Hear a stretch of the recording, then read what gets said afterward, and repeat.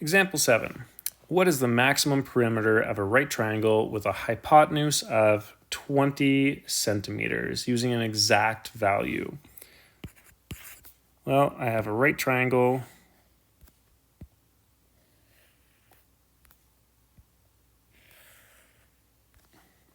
where this is 20 centimeters, and I have two other side lengths. Let's just call them X and Y. So we're going to let X be the base of the triangle. Let Y be the height of the triangle.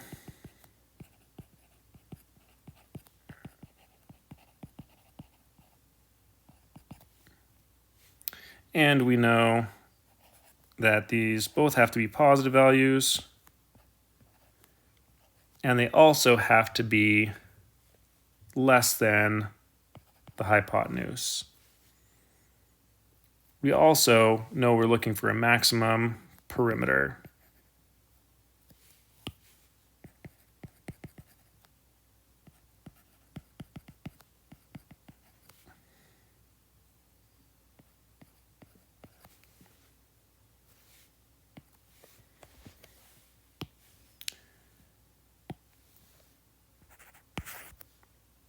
Well, what's our perimeter going to be?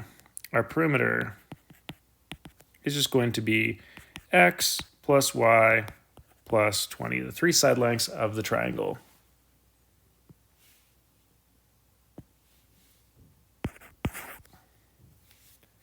Now, to get this down to one variable, we're going to use Pythag. We're going to say that if x squared plus y squared is equal to 20 squared, then that means that y squared is equal to, well, 20 squared is 400 minus the x squared when I move it over, which means that y is going to equal 400 minus x squared, and take the square root of all of that.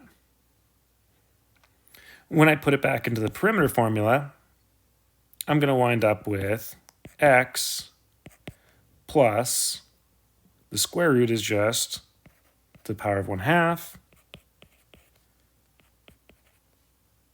plus 20. Then when I get to step 5, I have to derive p prime of x is going to equal 1 plus, don't forget to use the chain rule here, 1 over 2 and 400 minus x squared to the negative 1/2, and that's going to be multiplied by negative 2x. The 20 is just going to cancel out because that constant is just going to become 0. Which means what I actually have is 1, the 1/2 and the 2 are going to cancel each other out, obviously.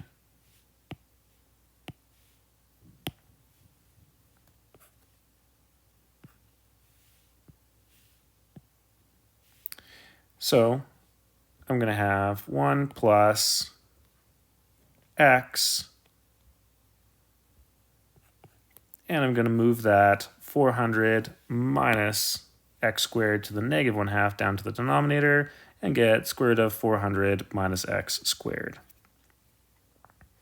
Well, I want to combine these two terms, so I'm going to say that p prime of x, when I multiply the numerator and denominator by that square root of 400 minus x squared, that 1 is going to be the square root of 400 minus x squared plus x, and I'm still going to have that square root of 400 minus x squared in the denominator. Oh, and I got to carry over that negative.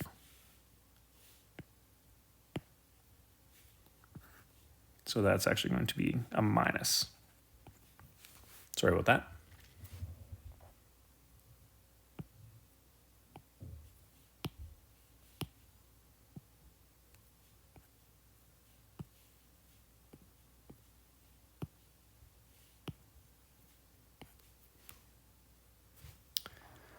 Now when I do my critical numbers,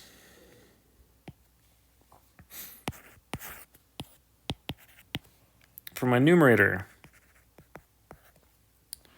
I'm going to wind up having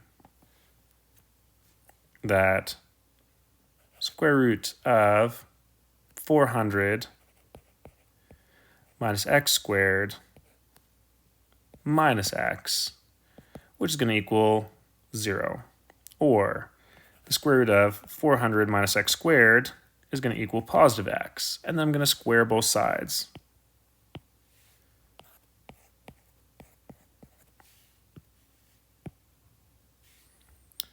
(400 minus x squared is going to equal x squared, which means that 400 is going to equal 2x squareds, which means that when I divide both sides by 2, x squared is going to equal 200, or x is going to equal the square root of 200, or 10 root 2. Now, I would normally say positive or negative, but we know it can't be the negative one. It has to fit within the domain. If I take it from the denominator, and I have that square root of 400 minus x squared is equal to 0, then 400 minus x squared, when I square both sides, is equal to 0. X squared is equal to 400. And x would equal, when I square root that, 20, except for if x has to be between 0 and 20, because it can't be the length of the hypotenuse, that answer doesn't actually make sense. We go on to our first derivatives test.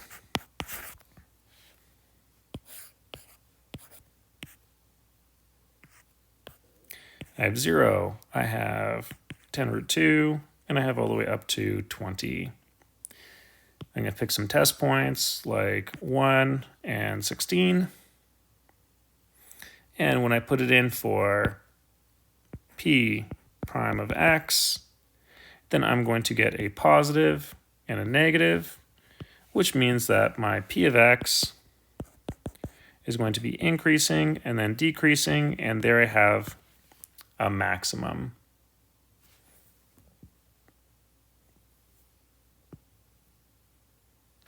So, if the perimeter is equal to x plus the square root of 400 minus x squared plus 20, and x is 10 root 2,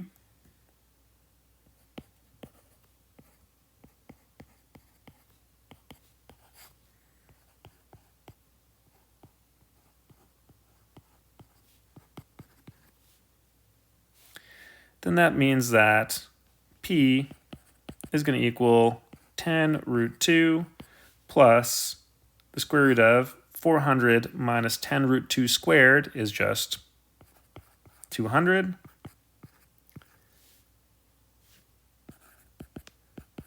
When I simplify the square root of 200, that is still just 10 root 2.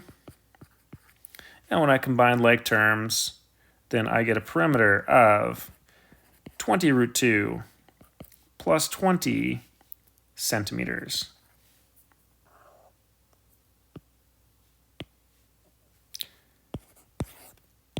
Therefore, the maximum perimeter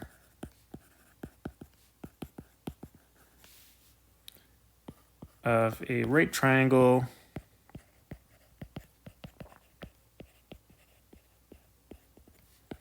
with a hypotenuse of 2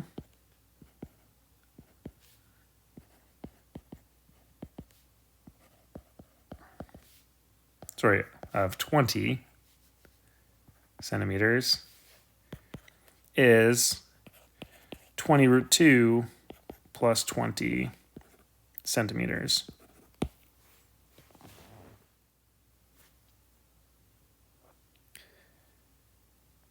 For example 8, when it says A Shaw Cable Company is laying cable in an area with underground utilities. Two subdivisions are located on opposite sides of Willow Creek, which is 100 meters wide. The company must locate points P and Q with a cable. It costs $40 per meter to lay the cable underground and $80 per meter to lay the cable underwater. What is the least expensive way to lay the cable? So this is entirely a cost problem. Now, it's not asking what is the shortest distance to get from P to Q. Because then I would just have a right angle triangle, and the shortest distance is pretty simple. If I know that the length going from P to Q is just 1200 squared plus 100 squared, and take the square root of it, then I could say, well, here's my first option.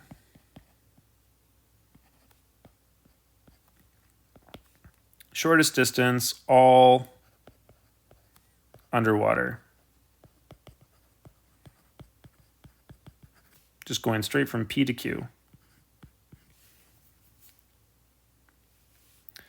Well, that means that if I do this, I'm going to have the cost is equal to, because it's all underwater,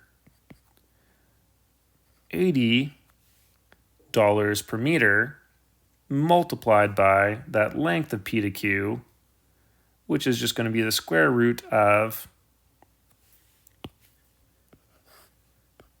1200 squared plus 100 squared.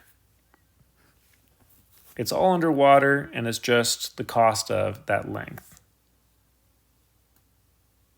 Well, this cost is going to give me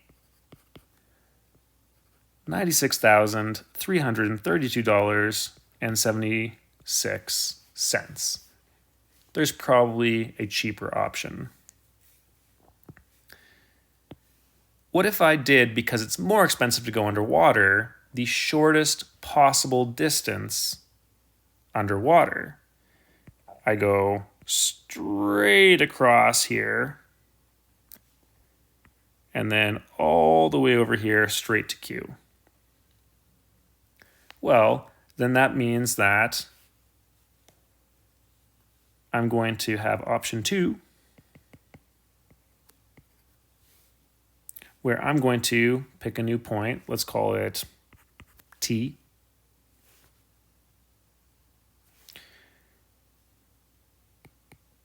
And I'm going to say that I'm going to use the shortest underwater, which is going to be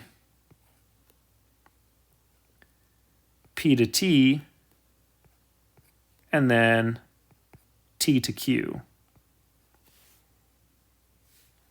Well, the cost in this case is going to be the distance underwater, which is going to be 100 times that $80 per meter. And then the cost for underground, 40 times the distance underground, which is going to be the rest of the 1,200 meters. This is going to give me a cost of $56,000.